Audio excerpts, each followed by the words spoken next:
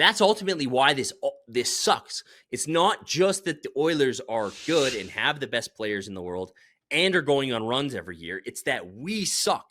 That's what is just like peak pain, and that's what has to stop. That's what has to end. What's up, everybody? Welcome back to the In the Dome podcast. So you want an episode, eh? Want to hear from the old In the Dome boys, eh? They just want to see us suffer, eh? Just want to listen to us suffer, eh? That's pretty much all this is like, that's pretty much all the show has become, right? Cathartic. It's like a time capsule of suffering.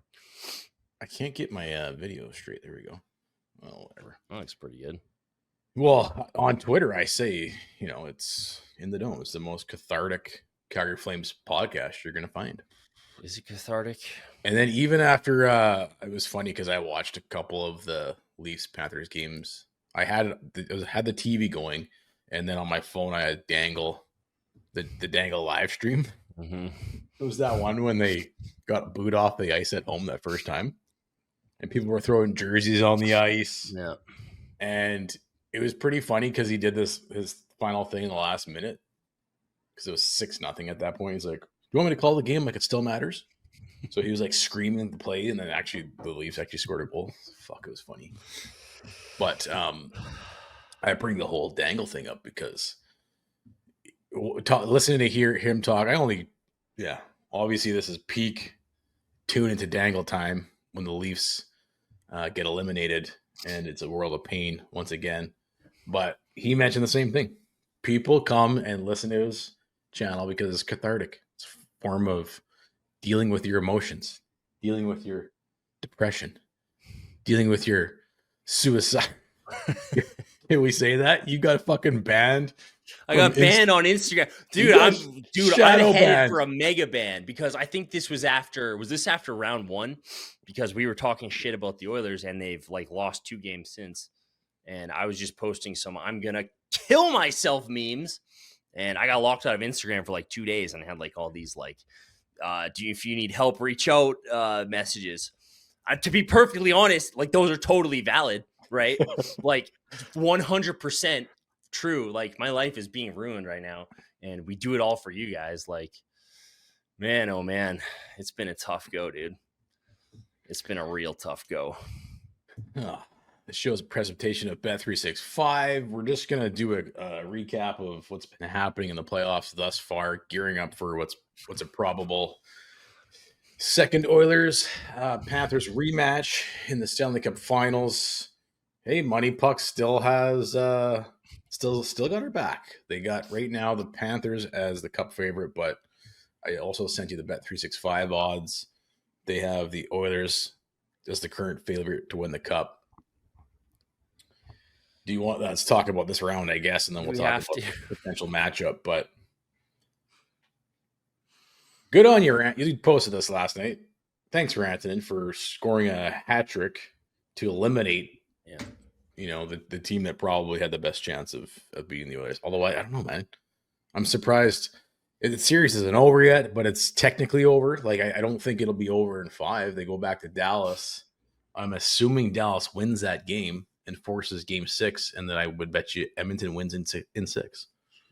Well, so it's just crazy how this has played out 3 straight series where it was the same thing last year.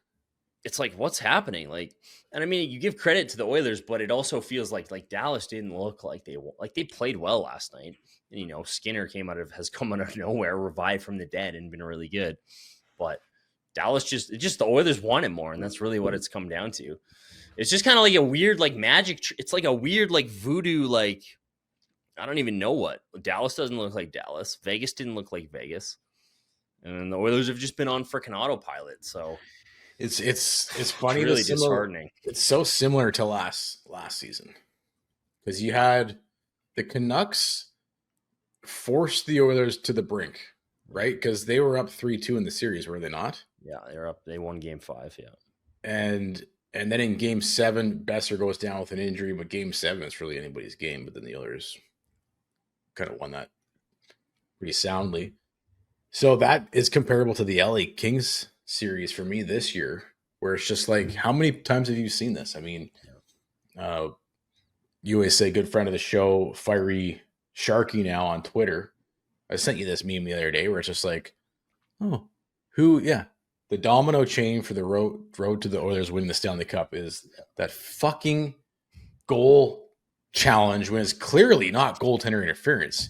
And I mean, you sit here, dude, how much airtime, how many hours do we spend a fucking season talking about the ridiculousness of some of these calls? There's no part of me that would have been like, oh yeah, that's a good call to challenge that. Like there wasn't even a sniff.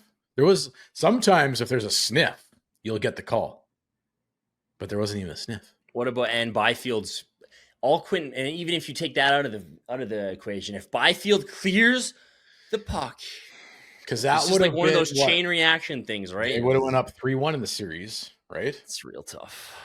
Well, they went up 3-0. Wasn't that game 3 when Byfield blew it? Well, regardless, it's just like, man, oh man. And you knew it. You knew as soon as that happened, you were like, fuck. Yep. Series over, right? That's your instant reaction. Series over. This is done. And I mean, you fucking blew it. Yeah, you blew it. And that's, I guess, it's disgusting and painful, but that's what you give the Oilers credit for is they have been able to, like, they do have that. They've developed that killer instinct that they lacked when McDavid was in his 3rd, 4th, 5th, 6th year in the league.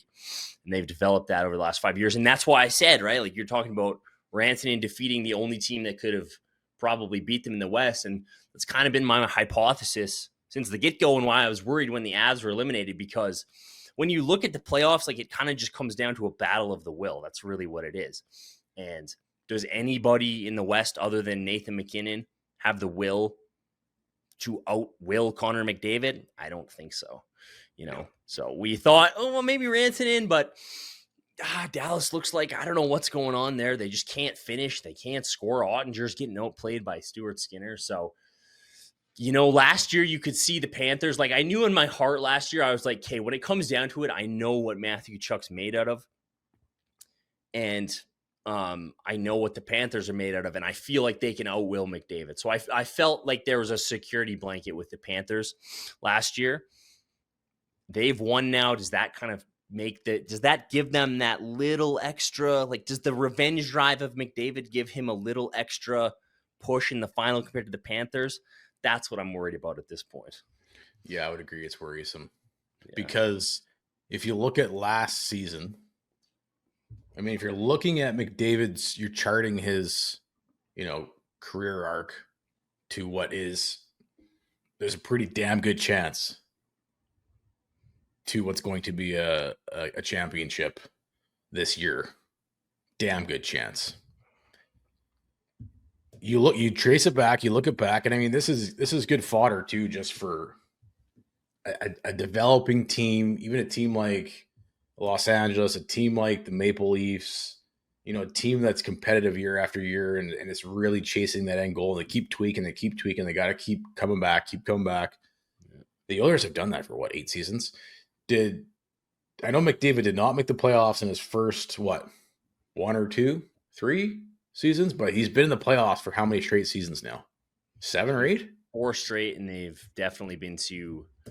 Well, they kind of had some of those debacles. They got eliminated by Chicago, remember, in the weird bubble round, and then by Winnipeg, and they had those struggles. But, of course, they had their coming out party officially against us in 2022, where they get to the Western Conference Final. Of course. 3 of the last 4 years. That's basically how all dynasties are born, on the back of the Calgary Flames. All modern-day NHL dynasties. Like I remember the Chicago Blackhawks, in the late 2000s, they kicked off their dynasty, defeating us in the first round. The Avalanche, they did it to us. It's like right before they hit their stride as a great team in the NHL. So I'm not going to talk out of my ass. Here's the actual statistics. McDavid missed the playoffs in 3 out of the first 4 of his seasons, and he's been in the playoffs ever since. So that's 6 straight seasons in the playoffs. His second season, they made it to the... Yeah, they played Anaheim, and remember Corey Perry had that goal and that big They made it to the second round? Yep. Wow. Corey Perry beat him? Do you remember that game? I remember Cam Talbot was in net. They were up late, and the Ducks scored like 2 goals. Corey Perry scored in overtime, I think. It was a crazy finish. That's the only time I've ever cheered for Corey Perry in my entire fucking life. So that's 9 years ago now, and that just speaks volumes to how well, much like you're saying, you know, because you have the vivid memory of this, and I have zero recollection. Of course, I remember. I remember everything, bro. It's all right here. You know, it's all just deep inside of me. We were talking off air before we jumped on here, and you were saying, you know what, I haven't really watched a ton. And I was like, it's weird because last year I couldn't watch. I was like, I'm not subjecting myself to that. I'm not doing it. This year, I've been watching every game. It's fucked up. And it's like deep. My hypothesis is that I've been reading the Carl Jung books, so your unconscious knows what's about to happen. It's preparing you. Yeah, exactly. Which, you know, that makes total sense. So it's just a lot of repressed thoughts. You know, like I remember vividly a few instances, the Oilers in the Cup Final in 2006, just praying that wouldn't happen. Didn't happen. I remember the Canucks being in Game 7 in 2011. Escaped a horrible fate there too, and then of course last year escaped it by the skin of our teeth. This is a fate I've been running from for many years, man. So, well, what I was saying about this career arc, you trace it back long enough. Yeah, you know, he's in the league. He's the best player in the league since the day he enters the fucking league, pretty much. You know, yes, there's trolling debate back and forth, and McKinnon's right up there. And there's some other great players too, but he's been the best player since he's been in the league. Well, and the point I think you're trying to get at is they have, and you know, they've done a shitty job at it, which I think has kept them from actually winning. Like they probably should have at least one championship by now, which was the basis of all our trolling earlier in this season. But it's like, I remember this being a thing when, you know, like Tkachuk left our team when he was 24. And there was this thing, right, about how he's not a playoff performer, right? There's always this like lack of patience. And this was kind of happening in Colorado too, before they ultimately won. But you see that where teams are just like, why haven't we fucking won yet? You're seeing it play out in Toronto. And I think that's an extreme case, but you see this a lot, right? Where the players are like 20, 21, 22, 23. It's like, why haven't we fucking won anything yet? What's going on? This is ridiculous. And then like, okay, Tkachuk leaves in the next year. He's been in the Stanley Cup Final ever since, right? Despite everybody's lack of patience for a guy who's fucking 24 years old. You see that a lot. And you were making this point last week, and I think it was a good point about the Leafs. Is like, what if they are kind of right there, right? Yep. They just ran into the juggernaut of the Panthers. Like maybe look at what the Panthers. You know, we recorded that, and you said, I mean, it's a good point. And then now look at how swiftly, destroyed them. The Panthers are dealing with the Canes, and it just shows you how fucking elite the Panthers truly are. Breaking news coming in from Bet365, where every nail-biting overtime win is a barn burner. Every face-off, hat-trick, power play, shot on goal, penalty shot, and every suspenseful minute in between is amazing. Whatever the moment, it's never ordinary at Bet365. An official partner of the NHL. Download the Bet365 app and use the code NATION to get in on the game. Must be 19 or older. Please play responsibly. Well, and this was Daryl's point when he came here, because this has been a problem in Calgary. Like, you want to talk about pathetic playoff teams. Like, it's not even been about the playoffs. It's that we can't even make the playoffs in consecutive seasons. We've talked about that a lot on this show, that you have to go back to 2009, 2010, when if you exclude the fake bubble season where they made it in the play-in round, they haven't made the playoffs in consecutive years since then. That's something Daryl identified earlier when he came back and was trying to set things up. He was like, you become a Stanley Cup contender by making the playoffs every year. You make it this year, you make it next year, you make it the next year, you make it the next year, you learn, you grow, you get into those situations. That's how you really breach a championship team. And that really should be what you're focused on, is year-to-year growth. And, you know, teams can take some notes from that. I hope the Flames are sure fucking taking notes, because you know what? That's what's ultimately why it's so frustrating, because it's insane that we have to come on here on a Flames show and we don't really have anything to talk about other than the Oilers going to the Cup Final again. It's fucking brutal, dude. And that's ultimately why this sucks. It's not just that the Oilers are good and have the best players in the world and are going on runs every year. It's that we suck. That's what is just like peak pain, and that's what has to stop. That's what has to end. The Flames managers have to be sitting in their office with a fire under their ass saying, we need to get this shit back on track, because everything's all out of whack right now, because it's not really that horrible or that annoying or that frustrating that the Oilers are good. While it is, it's disgusting and gross. But if we were good too, and we're punching, it's like the 80s, even though they had 5 cups, I guess, to R1, it was still like the Flames were right there as one of the best teams in the league. And it was like huge battles every year. It was like the cup goes through Alberta. Whoever comes out of that series is probably going to win the cup. Unfortunately, they had the best fucking player in the world again back then. But it was just like punch. It was a boxing match of 2 heavyweights. And like, hell yeah, they want to win one, we got to win one. It's like, I can accept that. What I can accept, and I can accept when we both suck too, right? Like in 2015, back when they're doing their rebuild and we're doing ours, and we both suck. And it's like, yeah, we both suck, but we're hopefully going to be good at the same time again. And we kind of were on track to be good at the same time again. And then that all went to shit because Brad Living doesn't know what he's doing. But that's where the ultimate pain point is that they're going on runs every year and we're irrelevant. And we're just like, oh yeah, go Dallas. Oh, I hope Matthew Tkachuk wins again. It's just like, that's the worst place to be. That's why it sucks infinitely more, exponentially more. Yeah. Oh, we're just going to be doing a retool. So the Flames need to be sitting there looking at McDavid and Draisaitl going like, okay, we've got to have an answer for that over the next 10 years. We've got to get McKenna. We've got to get DuPont. We've got to be drafting these superstars. I don't want to do the Dallas model. What's the Dallas model? Get crushed by the Oilers every year in the playoffs? No thanks. I want to be going nuclear against these guys. I remember after they eliminated us in 2022, we were doing our show afterwards, and that's kind of what my response was. I was like, this sucks, but we're going to come back next year, and the Flames need to go nuclear in the summer. It's not really what I meant by nuclear. You meant an explosion, not an implosion. It's exactly what I meant.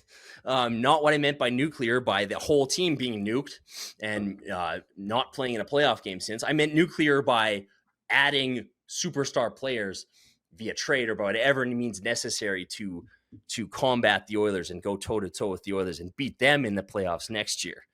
And it's been a sad story ever since. But,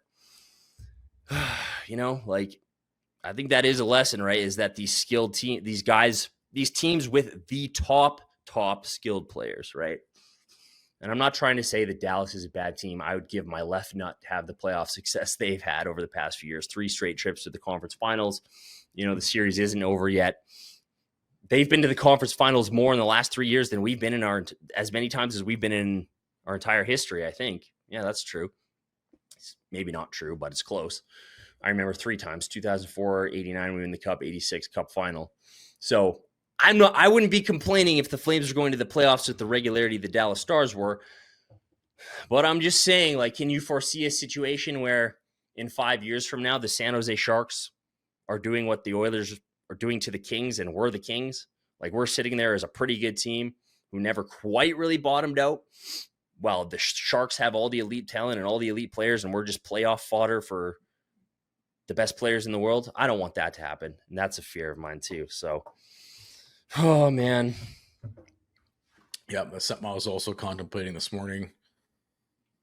Because like you're saying, is not only do we suck, we're just mid. Yeah, we don't even suck. That's the problem. And we're irrelevant. This has been the biggest debate all season long through Flame, on Flames social media, because you're either on Team Tank or you're on Team Playoffs. But it's just like, again, time and time again, especially every round you go into in the playoffs, it's more and more in your face that how far Jesus, away. Man, like, if you actually want to win the Stanley Cup, like, you're just gonna, like, how are we gonna get there? I guess the Connie is following the Dallas model, and Dallas has been to the, Western Conference Finals. How many years in a row? Did you say 3? 3 straight years. Yeah. They've been to a cup final in the last, I know it was the bubble cup final, but still. I like you said, it's, you're comparing them to the Oilers, and we brought up this whole talking point of, if you're looking at the career arc of McDavid and this Oilers team under his career time span. Yes, they came out first 4 seasons, basically missed the playoffs, but they made it the second round in the second season. And then after that, swept back-to-back seasons until finally you see some playoff success basically for the last 4 straight seasons. Finals last year, second round the year before. Yeah, Vegas beat them. Third round the year before that. That's the year they beat us. Then Colorado swept them in the third round. Yeah, final. So beat us. Then Colorado swept them. Did Vegas sweep them too? I think Vegas beat them in 6, if I remember correctly. And then they go all the way to the finals. So it's just like, I remember Wayne talking about this historically. Like, this is a part of, I don't know if it's probably from Rock'em Sock'em, from Don Cherry, but historically, I remember Wayne talking about losing to the Islanders in the finals when the Islanders were just that juggernaut team, right? They get to the finals, and then after the playoff series is over, they shake their hands, and he tells this story of walking past the Islanders dressing room and, expecting to see guys with champagne bottles but everybody was just fucking gassed with ice packs on. And for Wayne, that was what flipped the switch in his brain of like, holy shit, you got to go to a whole nother fucking level to get there. And, bringing up this whole, McDavid's been through that gauntlet, right? 4th straight year, to at least the third round. At least the second round. Vegas was the second round. It was conference finals, second round, cup final. Now it's conference finals looking like cup final. Cup final, game 7, coming back from 3-0 down. Yeah. Fuck, dude, fuck me. And you're just kill me. You're just like, okay, he's been to the precipice, especially with this, group of guys he's with.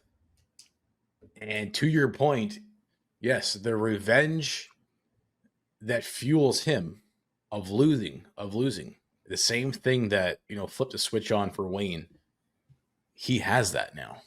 So I don't know what to expect in the finals because, you're grasping for the hope straws once again. And I mean, you and I were texting last night, and it's just like, okay, Chucky's a little banged up. We don't know what the status of Reinhardt is currently. I guess maybe we can look while we're doing this right now. But the Panthers, yes, they played a lot of hockey, but so did the Oilers. They played the same amount of hockey last season.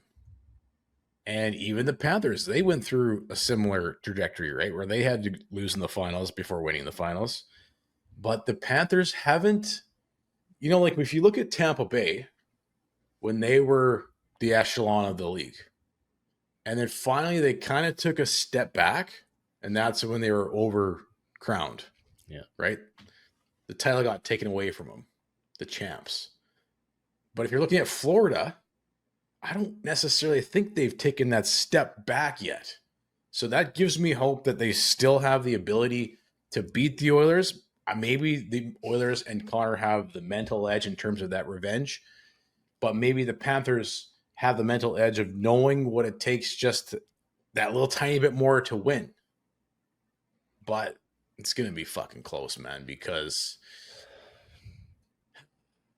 he's been to game 7 in the finals, man. Well, it came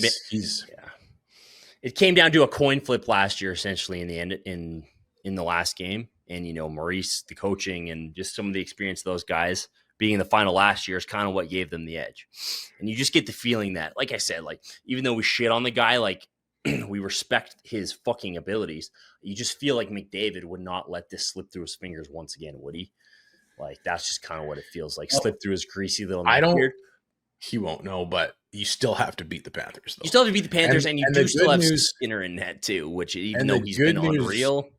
The good news too, if you're still on the hope straws thing, is that the Panthers, they won't fall into the same mistake as last year, as they won't letting their foot off the gas or taking any moment for granted, because they know from firsthand experience how dangerous it is to let your foot off the gas even for a second with McDavid and Draisaitl, and just the way that this team can fucking come back from pretty much any situation. You saw it how many times against the Kings? Every game.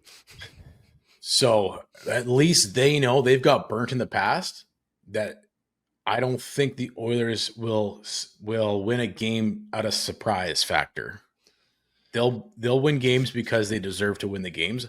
I don't necessarily think the Panthers are going to let any games slip away.